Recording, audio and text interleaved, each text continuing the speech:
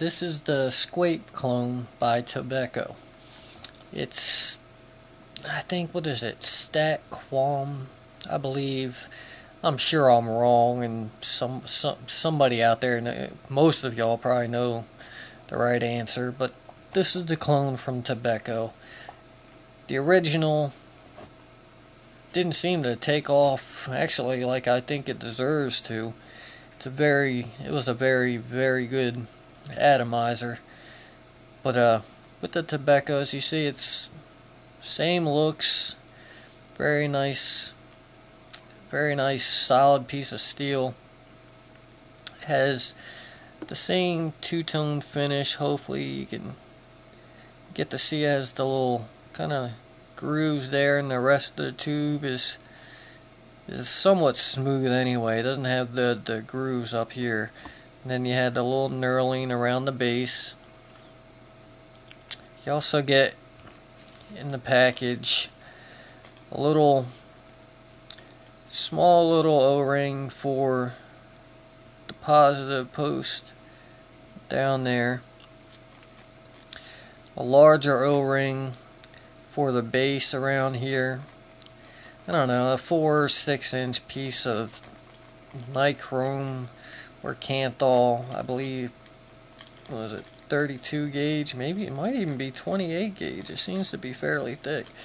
And the 2mm piece of silica that's, I don't know, 4 to 6 inches long. Yeah, never use any of that mystery stuff anyway, and don't really recommend anybody else to either. I always seem to get a funny taste when I use the stuff that comes with these China clones.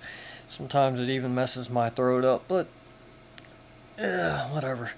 The drip tip, even for being plain, it's still a very nice drip tip. Double O-rings. I mean, just your standard drip tip. It has the hole in it. A+ for remembering that part, Tobeco. They did try to make a couple improvements over the real Squape, whereas the real one has a PMMA, some plastic tank for this section, whereas the Tobeco version, this one, they try to use a Pyrex, which is right here, so you can tell that it didn't work out so well.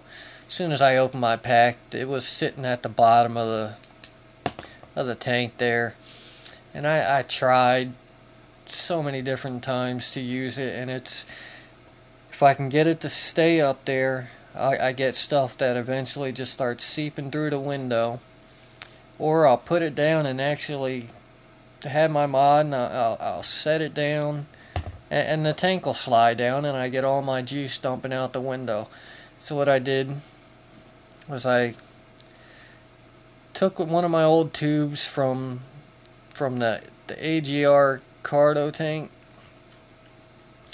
I used the shorter one for the standard size bogues, and I chopped off one whole part of the threading. I took it all the way down to just the clear part on one side, and then on the other side I dremeled out the inside to make it a lot thinner, and I'll show you why when we open this up. So back to this, base comes off. You have your deck, which has a cool feature just like the authentic one. This is, I believe, ceramic coated. It's non-conductive, non-corrosive, so you can have your wires just laid flat on it and not have to worry about any shorts or anything. Although, I found that if you're not using the microcoil, hopefully that'll focus, if you're not using the microcoil like I have in there, that you could potentially get hot legs, and that'll give a little off flavor. So I've been using the microcoil and a little piece of cotton, and as you can see, I don't have it running down the channel. It's just enough to stick to the edge there, and it kind of works like a K-Fun pressure system. It'll feed up those channels. You also have this chamber in here, which is also coated with the same material as the deck there. Like the real one, it has the hole for an Allen key, which tobeco did not provide. So I've been just using a regular little Phillips head screwdriver. It seems to fit in there very well, and that'll unscrew right out. And what that does is it'll sit right over here, and it surprisingly, for having no gaskets or anything, I have not had a single flooding, any sort of issue at all. And as you can see, it's kind of, well, I guess you can't see right now because nothing's focusing. Alright, maybe you can see there. But it has your chamber there, and juice will come up through there and touch the tip of the wick, and I have not had dry hits, no flooding. This thing, once I got this darn Pyrex issue sorted out, it's been an extremely good vape. I've loved every minute of it. And then just regular inside of your tank. Probably can't see, but in there's that the plastic tank that I had to put in to stop the leaking. And what I did, I already told you how I cut it down. And you do want to make sure that you cut it down far enough where you'll have an issue like I did the first time. And this, it seals it, so you won't be able to get juice past it to actually fill your tank. So I didn't want to take it back out because I already had it pressed fit in there, which I'll tell you how I did in a minute. So I just took a Dremel in there, and you really can't see, but just ground it down as thin as I could. That way when I pour juice in there, it'll make it past this section here. And the way I did that, I mean, you could probably do it with a hair dryer. You just want to get, I left it in here too, and you just get the whole thing extremely hot, and I got it way hotter than I was comfortable doing. And the screwdriver that I just happened to drop on the floor, I took the back of the screwdriver, and while this whole piece was still hot, and pushed down on here as hard as I could, and the plastic tank just made an airtight seal. I no longer have any leaking whatsoever. Nothing seeps out the window. It just has been working fantastic. I have not had any issues. So, and everything's it's a breeze with this thing. Once you get all that sorted out, you really don't need to do any maintenance to it at all besides a nice little rinse for cleaning. Hopefully I can get it back together with this one, which of course I can't. So we'll get it here. Once you get that all sorted out, you see that coming through. All you really ever have to do, even when you want to build new coils, you pop that out and work on that. You can still have this full of juice sitting somewhere. You don't have to empty your juice or do any of that, and it makes life so much easier. And the vape quality on this is exceptional. It's very, very good. The little knurling posts, I mean, you can use your fingers. You don't even need a tool to do any of this. It fits in there really well. The micro coil seems to be the best setup with cotton that I have found in here. The flavor is outstanding. It's in the same league as K-Fun, and the Odysseus, the Typhoon, all those clones. The flavor is great. And so, and that just screws back in there. Threading seems to be very good, although that O-ring does provide a little bit of resistance. And I believe I paid $35 for it. I mean, it's a hefty, large device, and I used to think that those Odie clones and the Odysseus was large. Well, here's an Ithaca clone.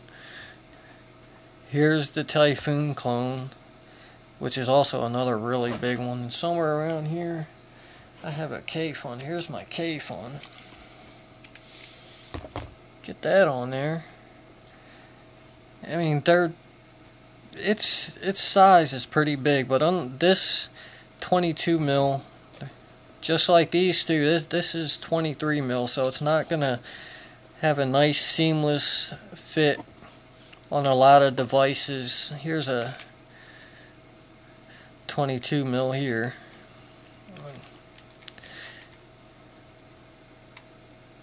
And hopefully you can see the little ledge there. Put on something, say like this. I mean, I don't really think it looks good on anything, but the vape quality is so good that it's worth putting up with. But it looks, on 23 mil tops, it lines up very nice. And that's, for the most part, that's basically it. It's a very well built device. I mean, this is, in my opinion, a major issue. Because if you can't hold juice, there's not really much you can do with a tank. But if you can work that out, this is a very good investment. I mean, this thing, as long as that coating is durable, which at this point I couldn't say either way. But everything else on here will last. It's just one solid piece of steel. I've already dropped this tons of times. I mean, I got a couple little marks, but no real damage. Even the new plastic tank I got in there has been doing well. I mean, I want to highly recommend this, but until they sort that issue out, I can only recommend it if you have things like old cardo tanks lying around that you don't use anymore and you're handy. You got a tool to cut it. You have a tool to, I mean, if you cut it short enough, you don't have to worry about thinning out the upper wall like I did. So you wouldn't need a Dremel, but you would still need something to cut it. But as long as you can do that and you can find a way to heat it and press it in there, which, I mean, most of us have a screwdriver or something. You don't even have to get in the tube. As long as you press down on it, it'll still cause it to widen and make that seal. And once you do that, you're good to go. And like, if you can make it past that at $35 for this, it's a steal.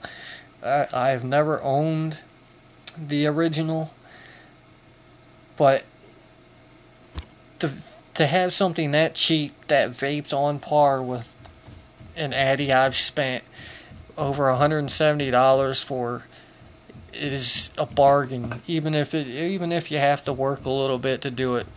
Same with this. I mean, it puts out a good vape too, but something about this I still think is second only to the K-Fun so far. And I want to see how the Tobeco does with their Aqua clone. Hopefully that'll work out. So if you're handy, definitely pick one up.